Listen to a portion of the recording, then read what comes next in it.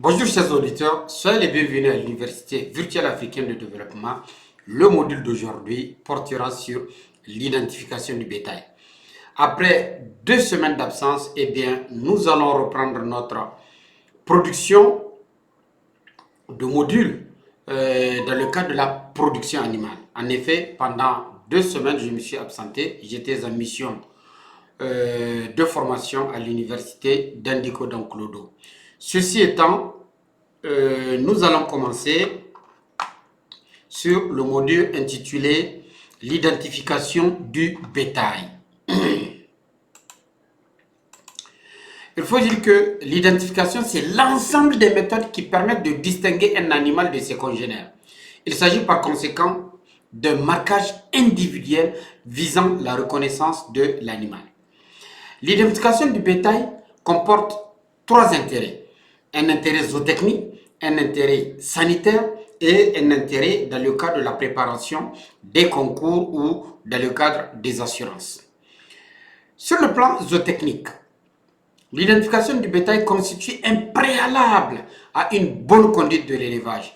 En effet, il est très important d'identifier les sujets pour faciliter le rationnement, pour faciliter la reproduction, la sélection et le contrôle de performance. Dans le domaine sanitaire, l'identification est indispensable à toute mesure prophylactique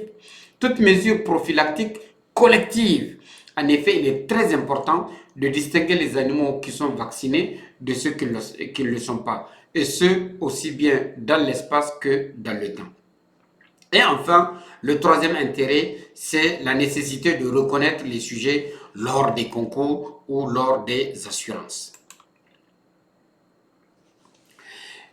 Il faut dire qu'il existe deux principales méthodes d'identification des animaux. Celles qui utilisent les caractéristiques naturelles des animaux et celles qui font appel à des méthodes artificielles.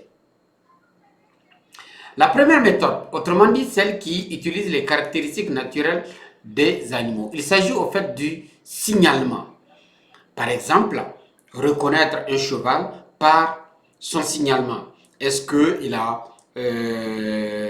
c'est un cheval balsané? Est-ce que c'est un cheval qui est chaussé? S'il s'agit d'un bovin, est-ce qu'il s'agit d'un bovin pie rouge, pie noir?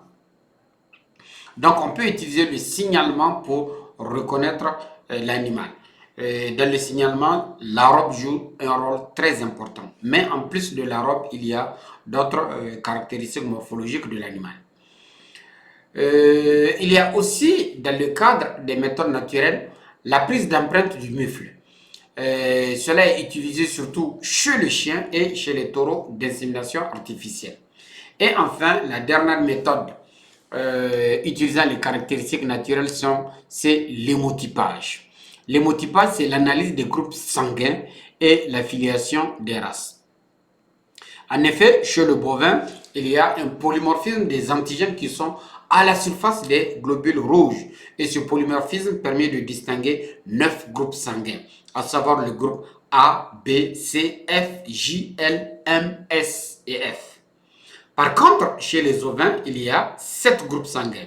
Le R, le A, le B, le C, le D, le M, le X. Et chez les caprins, il y a 5 groupes sanguins, à savoir le A, le B, le C, le M et le J. Par contre, chez le chien, il y a 7 groupes sanguins, comme on les appelle donc érythrocytes antigènes. Autrement dit, les antigènes qui sont à la surface des érythrocytes chez le chien. Et il s'agit du DEA 1,1, DEA 1,2, puis le DEA 3, le 4, le 5, le 6 et le 7.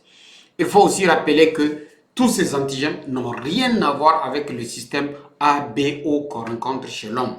Car chez l'homme, chez les humains, on rencontre des sujets soit de groupe A, soit de groupe B, soit de groupe O, soit de groupe AB.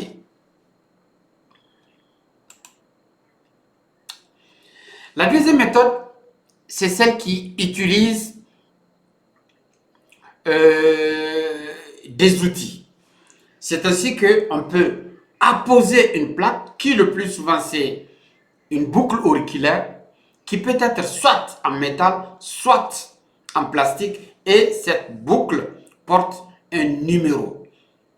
Toutefois, ce numéro n'est pas placé de façon hasardeuse.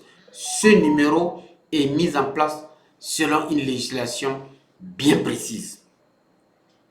Toujours chez les bovins, en ce qui concerne cette deuxième méthode, il y a le collier. Et on peut mettre ce collier au niveau des bovins et vous pouvez le retrouver même chez les ovins et chez les caprins. Par contre, chez d'autres espèces qui ne sont pas des espèces bovines, on peut trouver d'autres méthodes d'identification comme les marquages à l'air ou les bagues dans le cadre des oiseaux d'ornement, en particulier les pigeons, et même chez les pigeons, surtout chez les pigeons voyageurs. On peut utiliser le tatouage ou l'impression qui le plus souvent est placé dans une zone dépigmentée et facilement explorable comme la face interne des oreilles. De par le passé, on utilisait le tatouage pour inscrire le numéro d'identification des chiens sur la face interne des chiens. De nos jours, il y a des méthodes qui sont beaucoup plus avancées. Il s'agit des puces électroniques RFD qui ont un code barre de 12 chiffres et ces puces sont injectées sous la peau du chien ou sous la peau du chat et avec un lecteur, on peut lire pour dire qu'il s'agit de tel sujet avec tel barcode. Dans tous les pays, il y a une base légale d'identification du bovin, de telle sorte que deux animaux ne puissent jamais avoir le même identifiant. J'aurais bien voulu donner un exemple au Niger, mais malheureusement pour l'instant, je ne pense pas qu'il y ait cette législation. Donnons l'exemple de la Tunisie où les numéros d'identification des bovins comportent 8 chiffres. Les deux premiers sont les codes de la région. Par exemple, au Niger, il y a 8 régions. On peut décider de dire que la région de Tillabéri porte le code 01, Dosso 02, Tawa 03, ainsi de suite, jusqu'à la 8e région pour avoir 08. Les deux numéros suivants sont le code de l'élevage. En effet, chaque élevage a un code afin de le distinguer de l'autre.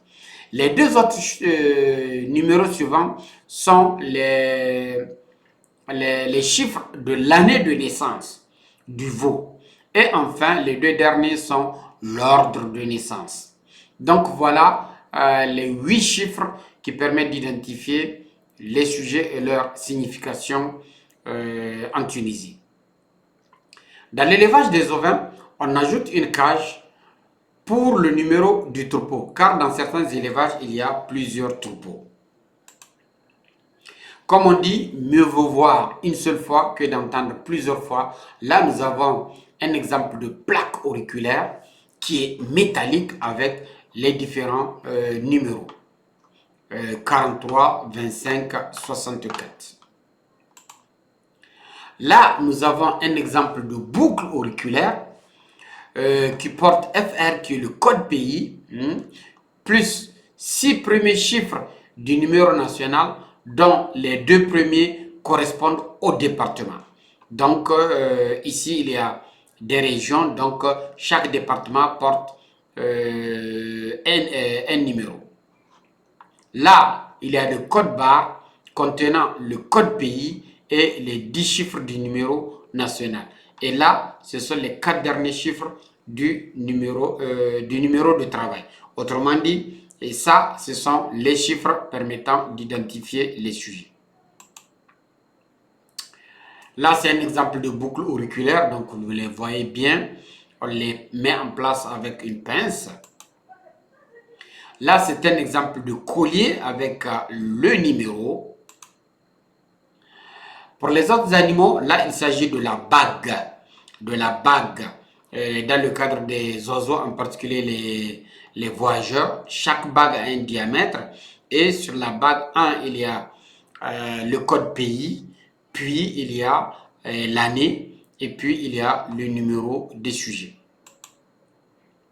Là, nous avons une puce électronique, une puce de type RFD. Donc, c'est une seringue à l'intérieur de laquelle se trouve la puce. Et la puce est injectée sous la peau du cou de l'animal. Et avec un lecteur, on peut lire un barcode à 12 chiffres permettant de distinguer ce chien de tout autre chien. Donc, mesdames et messieurs, voilà ce que j'ai bien voulu partager avec vous, et j'ose espérer que vous en ferez un bon usage. En effet, il est très important d'identifier les sujets afin de faire une bonne conduite de votre cheptel, d'identifier et de distinguer les sujets les uns les autres afin que dans le registre, soit prophylactique, soit dans le registre de la reproduction, que vous sachiez qui a donné naissance à qui est à quel stade physiologique et qui devrait recevoir telle ou telle quantité selon le stade physiologique du développement de l'animal.